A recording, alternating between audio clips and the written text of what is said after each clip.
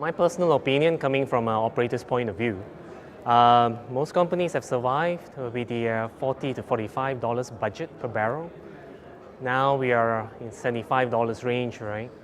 I think a lot of companies are reluctant to grow their workforce because they have been able to survive with a lean workforce.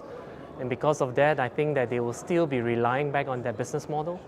I foresee that companies will be more challenging in terms of managing those FPSOs unless there is a big demand. Earlier today, they discussed about 18 projects, 18 FPSOs to be awarded. If it does get actualized, then I think companies will expand their workforce. Otherwise, I think that whatever workforce that they have, they'll probably maintain it. And they will find means to actually actualize those new projects with the resources that they have. That's my opinion.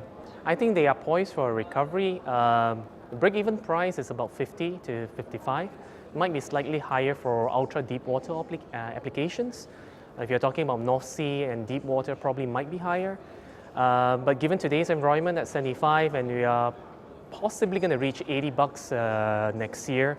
So yes, I think they are poised for recovery. I think the key challenges are coming to terms with the fact that it's going to be business as usual. The reality is business ain't going to be usual. Reason because I think that the industry has been hit badly, right? And a lot of the costs has been transmitted down to the entire supply chain. With the rise of price of oil, right, service rates will go up, right? So if you expect service rates to be equivalent back when it's $45, I think that's not reasonable. So there will be pushes from the client to actually ensure that contractors remain competitive. But how far, how much they can push, I'm not too sure. So I don't think business will be usual. I think contractors involved with building FPSOs needs to be cognizant of the fact that clients are still expecting them to be cheap and affordable. They're still expecting a $45 environment. So how are they going to position themselves? How are they going to market themselves to be competitive? See, with the oil price dipping so badly, projects which are viable, all right, most of them sacrifice on inspection and third-party services. Sad to say that inspection actually drives the cost up.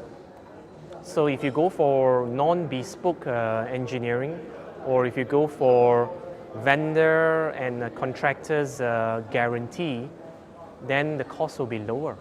But on the flip side, as a client, are you certain, are you confident that their warranties are sufficient? Most clients are comfortable with that, especially with the low oil price environment, and that's the way to survive. But now that we are at $75, should we continue with such a business model? I'm from the perspective that we should be more prudent, more conservative. I think if there's a need to actually spend money to engage third-party services and to increase back inspection services, testing procedures, I think we should. But on the other hand, I do believe that these companies that offer such services needs to be aware that they can't charge a premium. Because if you do charge a premium, then it's going to drive costs up back again, right? It's going to be like a chicken and egg scenario. So each supply chain, each avenue needs to be competitive, needs to be cognizant of the fact that unless they play a crucial role, we're not going to get anywhere. Frankly speaking, I think most oil industries should actually, if they have the means, they should actually look into alternatives. Petrochemical is important. I think human civilization is very much dependent upon petrochems and carbon and all the derivatives that comes from hydrocarbon. But as far as energy generation is concerned, right, we have to be aware that for a barrel of crude oil, about 50% is actually refined for transportation fuel. And every year, or every 5 years, technology improves. The internal combustion engine that we have been using for the last 100, 150 years have improved leaps and bounds. So the drawdown on fuel is increasingly reducing. And then you have the pressures from electrification. No doubt we are hampered by the infrastructure. We are hampered by battery technologies. Eventually we will get there. So what happens when we do get there? I think super majors are aware of that, so therefore that's why they are hedging their bets on alternatives. And I think that eventually when we do swap over to a different technology when it comes to energy generation that motivates the automobiles or power up of a civilization, what does that leave the oil and gas industry? And I think that may affect the smaller players far more because the super majors have the means, the technical know-how to actually invest in alternatives. So I do believe that,